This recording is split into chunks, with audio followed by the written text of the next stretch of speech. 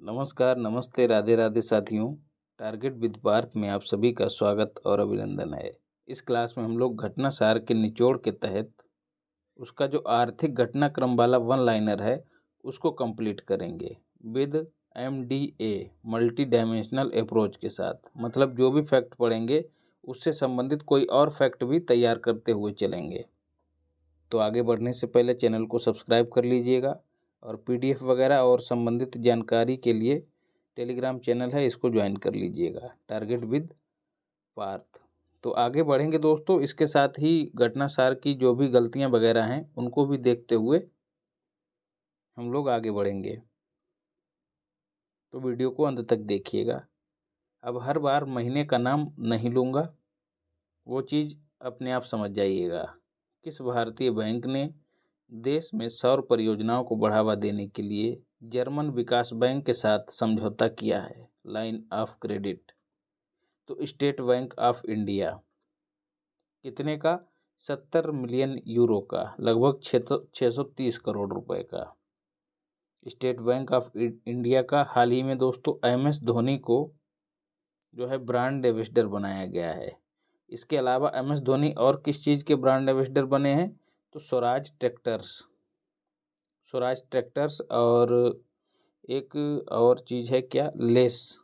जी हाँ, लेस नाम से जो चिप्स आते हैं उसके भी ब्रांड एम्बेसडर MS धोनी बनाए गए हैं। अंतर्राष्ट्रीय मुद्रा कोष IMF ने अर्थव्यवस्था में सुधार के लिए श्रीलंका को कितनी वित्तीय सहायता देने की घोषणा की है? तो 337 मिलियन डॉलर। दोस्तों श्रीलंका ने जो है भारत को वीजा मुक्त यात्रा, भारत के नागरिकों को वीजा मुक्त यात्रा का ऑफर दिया है, याद रखिएगा। और यही ऑफर थाईलैंड ने भी दिया है और यही ऑफर ईरान ने भी दिया है, ये भी याद रखिएगा। और श्रीलंका को दोस्तों हाल ही में इसका जो बोर्ड है, क्रिकेट बोर्ड है, इसको ICC ने निलंबित कर दिया है, ये भी याद रखिएगा। विश्व बैंक द्वारा जारी प्रवासन और विकास रिपोर्ट 2023। सबसे पहला क्वेश्चन तो यही पूछ लिया जाता है कि प्रवासन और विकास रिपोर्ट जारी कौन करता है? तो वर्ल्ड बैंक। इसके जो नए हेड बनाए गए हैं वो हैं अजय बंगा। तो कहा गया है कि जो ये रिपोर्ट है इसमें जो प्रवासी हैं धन प्राप्ति के मामले में, जिसको रेमिटेंस कहा जाता है, धन प्राप्ति के मामले में विश्व में पहला देश कौन सा है? मतलब जो भारतीय जाते हैं विदेशों में, वहाँ से जो पैसा भेजते हैं उसी को रेमिटेंस कहते हैं। तो उस मामले में पहला स्थान इस वर्ष भी, पिछले बार भी दोस्तों भारत ही पहले स्थान पे था, इस वर्ष भी भारत ही पहले स्थान पे है। 125 बिलियन डॉलर के साथ जो है भारत को पहला स्थान प्राप्त हुआ है। दूसरा स्थान मेक्सिको का है, तीसरा स्थान चीन का है और चौथा स्थान फिलीपींस का है। मेक्सिको की राजधानी मेक्सिको सिटी है, चीन की राजधानी बीजिंग है और फिलीपींस की राजधानी जो है वो मनीला है। युवा केंद्रित पहला स्वाइप क्रेडिट कार्ड किस बैंक ने लॉन्च किया है?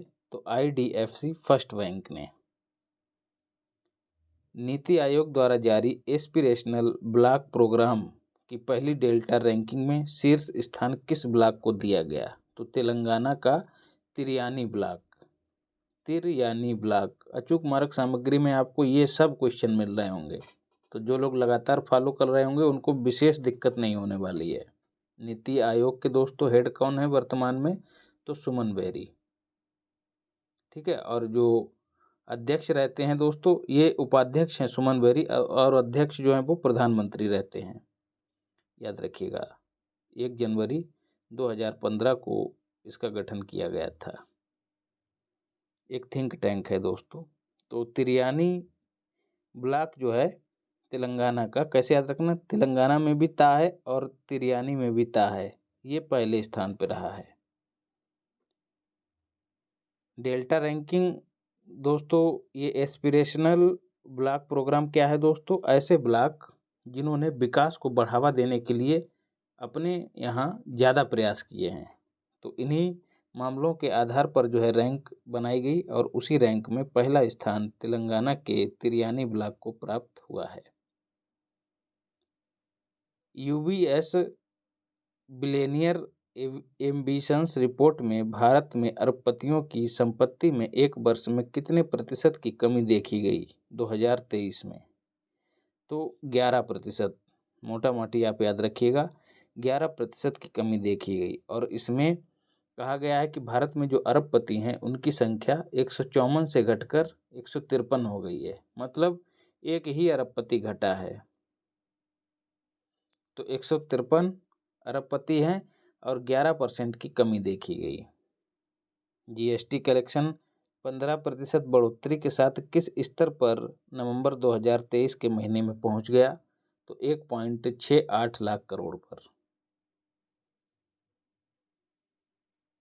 वह स्कीम जिसने हाल ही में कॉरपोरेट गवर्नेंस 2023 के उत्कृष्टता के लिए गोल्डन पीकॉक अवार्ड जीता है?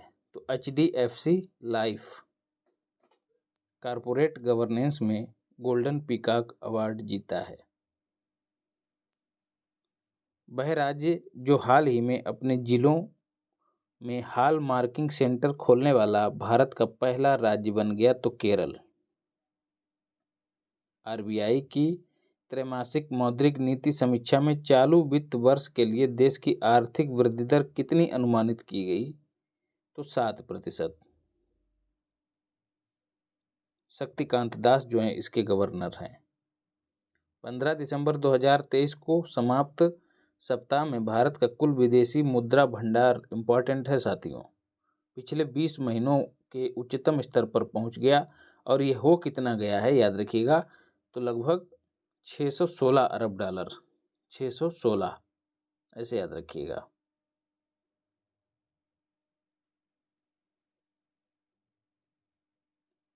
रेलवे से जुड़ी किन दो कंपनियों को भारत ने 15वीं और 16वीं नवरत्न कंपनी का दर्जा प्रदान किया है? तो एक तो हो गई राइट्स एलटीडी लिमिटेड और दूसरी हो गई इरकॉन। और वर्तमान में दोस्तों महारत्न कंपनियां कितनी हैं? तो 13 है। और ये नवरत्न कितनी हो गई? 16 है। इस तरह से याद रखिएगा, सीधे सीधे आंकड़ा भी पूछा जा सकता है। वैश्विक यूनिकॉर्न रैंकिंग 2023 में 72 यूनिकॉर्न के साथ रैंकिंग में पहला स्थान किसे प्राप्त हुआ? मतलब भारत किस स्थान पर है? तो तीसरे स्थान पर। पहला स्थान दोस्तों यूएसए को मिला है, ये भी याद रखिएगा। टाइम मैगजीन ने दोस्तों द वर्ल्ड बेस्ट कंपनीज की टॉप 100 सूची में एकमात्र भारतीय कंपनी को शामिल किया है, उसका नाम क्या है? इंफोसिस। टाइम मैगजीन ने दोस्तों अपने कवर पेज पर किसको जगह दी है? आपको पिछली बार भी बताया है, हसीनाओं को जगह दी है, मतलब शेख हसीना को। और टेलर स्विफ्ट जो है दोस्तों person of the year, person of the year घोषित किए गए, ये भी याद रखिएगा। टेलर स्विफ्ट पॉप सिंगर हैं, टेलर स्विफ्ट जो हैं स्विफ्ट कर गए हैं टाइम मैगजीन में। इसी को दोस्तों एमडीए कहते हैं। टाइम और रेटिस्टा द्वारा, ये सब छोड़िए रेटिस्टा बेटिस्टा, अब यहाँ पर जो शीर्ष कंपनी है उसको भी याद रखिए।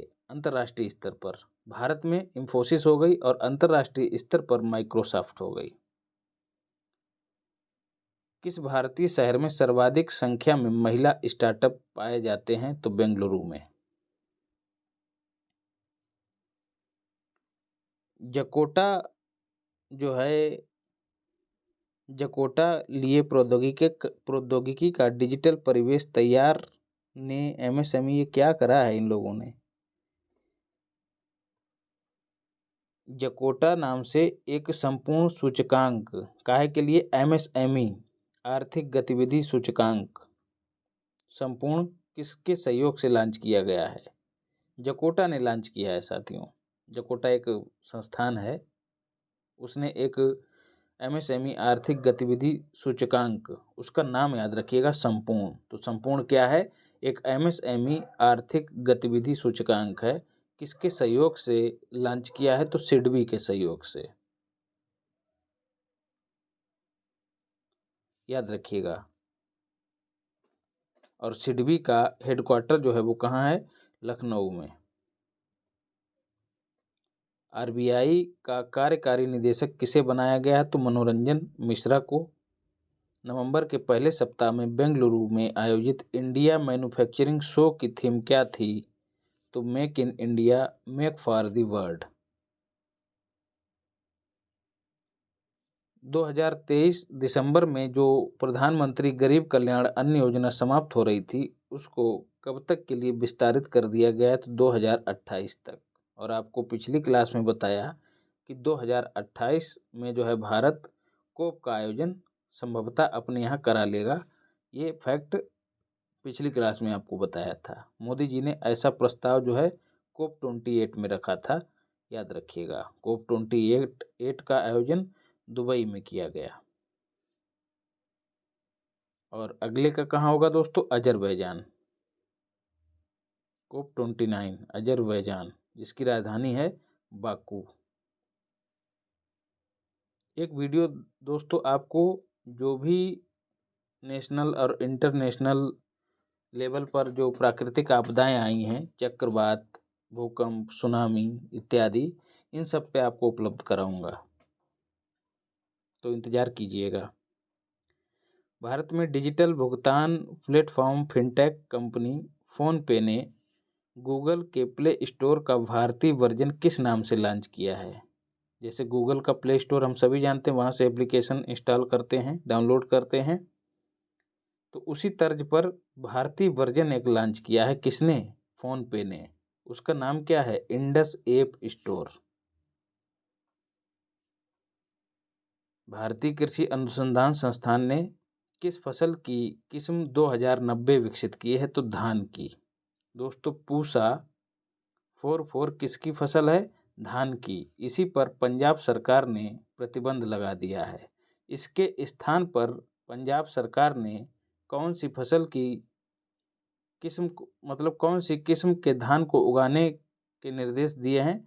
तो पूसा 2090। आर में फसलों की जो प्रजातियां हैं खूब पूछता है। कंसर्न वर्ल्ड वाइड और जर्मनी के वेल्ट हंगर हिल्फ की ग्लोबल हंगर इंडेक्स 2023 में भारत को कौन सी रैंक प्रदान की गई? तो 111वीं। पिछली बार दोस्तों ग्लोबल हंगर इंडेक्स में भारत की रैंक 107 थी। फाटप द्वारा किस देश को ग्रे लिस्ट से बाहर कर दिया गया? तो अल्बानिया को ग्रे लिस्ट से बाहर कर दिया है। फाटप का हेडक्वार्टर दोस्तों कहाँ है? पेरिस में। Financial action task force full form होती है इसकी। किस बोर्ड के गठन की अधिसूचना भारत सरकार ने जारी की? तो राष्ट्रीय हल्दी बोर्ड, 4 अक्टूबर 2023 को। रक्षा मंत्रालय ने भारतीय सेना के लिए 10 वर्ष की अवधि के लिए इलेक्ट्रॉनिक, यहाँ पर सुधार करिएगा, इलेक्ट्रॉनिक नहीं इलेक्ट्रॉनिक होगा, अवधि हेतु इलेक्ट्रॉनिक फ्यूज की खरीद हेतु किस कंपनी के साथ 5300 करोड़ रुपए से अधिक का सौदा किया है? तो वेल के साथ, भारत इलेक्ट्रॉनिक लिमिटेड।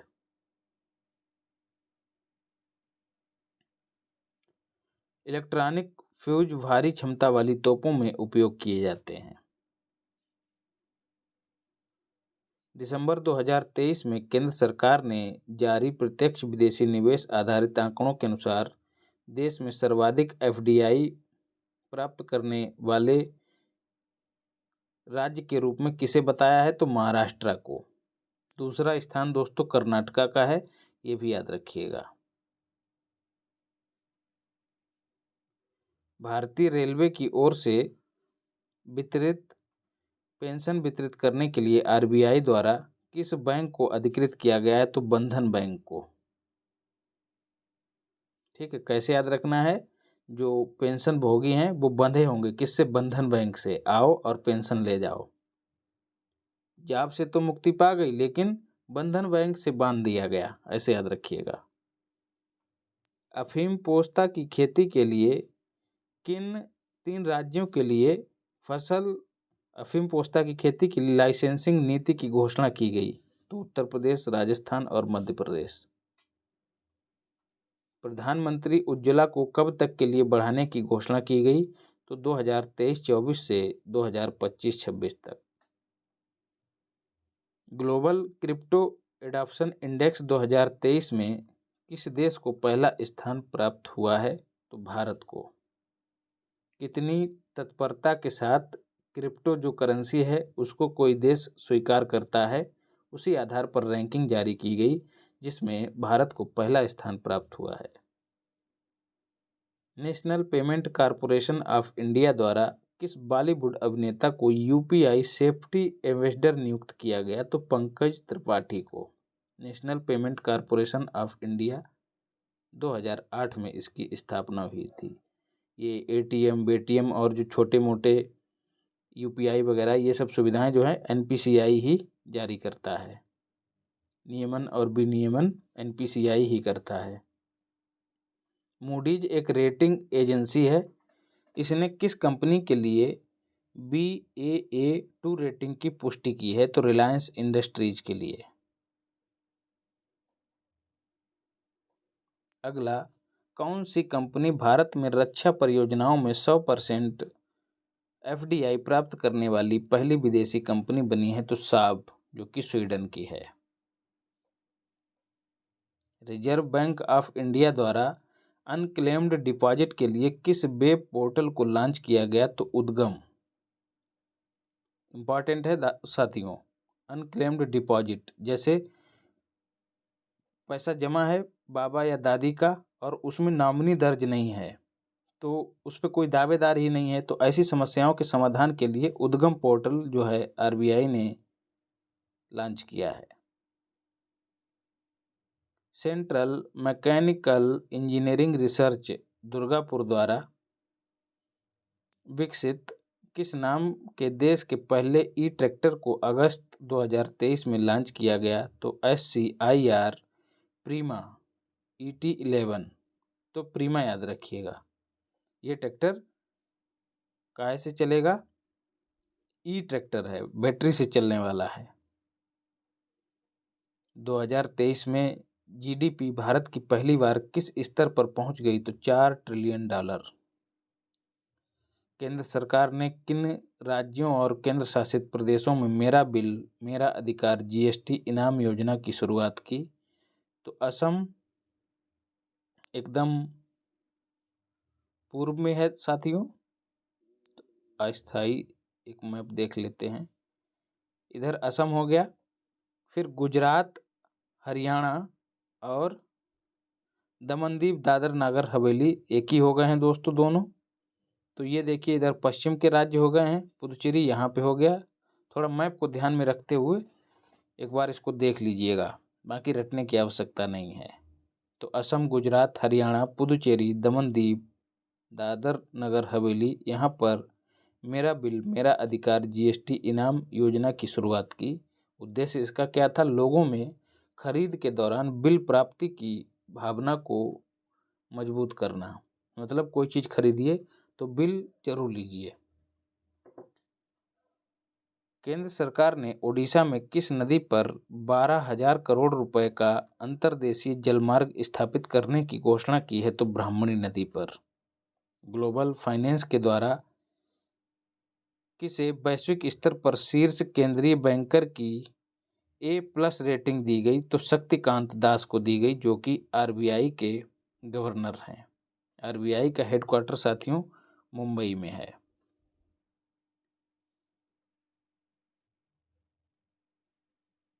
किस कंपनी को नवरत्न कंपनी का दर्जा दिया गया? तो राष्ट्रीय केमिकल एंड फर्टिलाइजर्स को।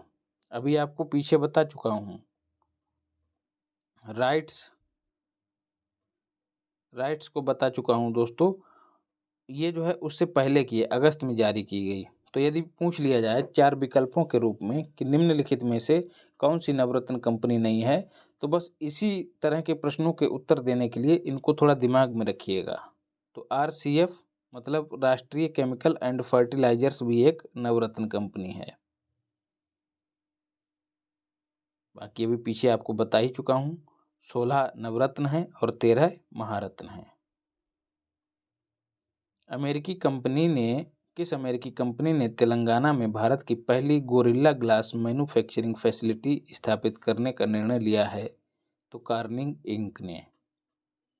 जापान की हिताची कंपनी ने एनपीसीआई के साथ मिलकर पहला यूपीआई एटीएम 5 लॉन्च किया है। किस नाम से? हिताची पेमेंट सर्विसेज के नाम से। डिजिटल किराया के भुगतान के लिए national first transit card launch किया है किसने? भारतीय स्टेट बैंक ने। मतलब बस वगैरह पे जा रहे हैं तो आप डिजिटल पेमेंट कर सकते हैं, ऐसी सुविधा जो है भारतीय स्टेट बैंक ने लॉन्च की। फ्रेजर इंस्टीट्यूट द्वारा जारी economic freedom of the world की वार्षिक रिपोर्ट के अनुसार दुनिया की सबसे मुक्त अर्थव्यवस्था वाले देशों में भारत का स्थान चौथा है, तो 87वां। म्यूचुअल फंड कंपनी ने भारत का पहला निफ्टी 500 लॉन्च किया। ठीक है, किस कंपनी ने? तो Motilal Oswal mutual fund company ने निफ्टी 500 को लॉन्च किया। फिर है most valuable Indian brand report में किस भारतीय कंपनी ने लगातार दूसरे वर्ष भारत में मोस्ट वैल्यूएबल ब्रांड के रूप में पहला स्थान प्राप्त किया है? तो टीसीएस ने।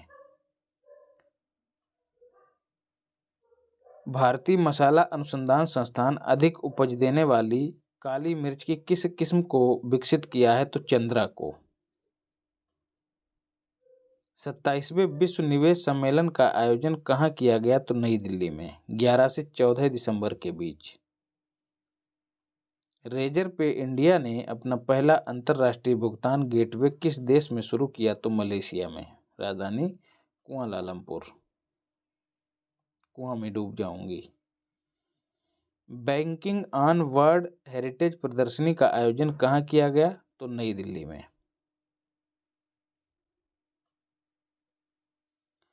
चावल की किस किस्म के निर्यात पर भारत सरकार ने जुलाई में प्रतिबंध लगा दिया था? तो गैर बासमती सफ़ेद चावल पर। अपने यहाँ घरेलू आपूर्ति में उन्होंने जब देखा कि समस्याएं आ रही हैं तो भारत ने इसके निर्यात पर प्रतिबंध लगा दिया। आप लोगों ने देखा भी होगा कि राशन की दुकानों पर चावल मिलना बंद हो गया था। 14वीं नवरत्न कंपनी का दर्जा किसे दिया गया? तो ओएनजीसी विदेश लिमिटेड को।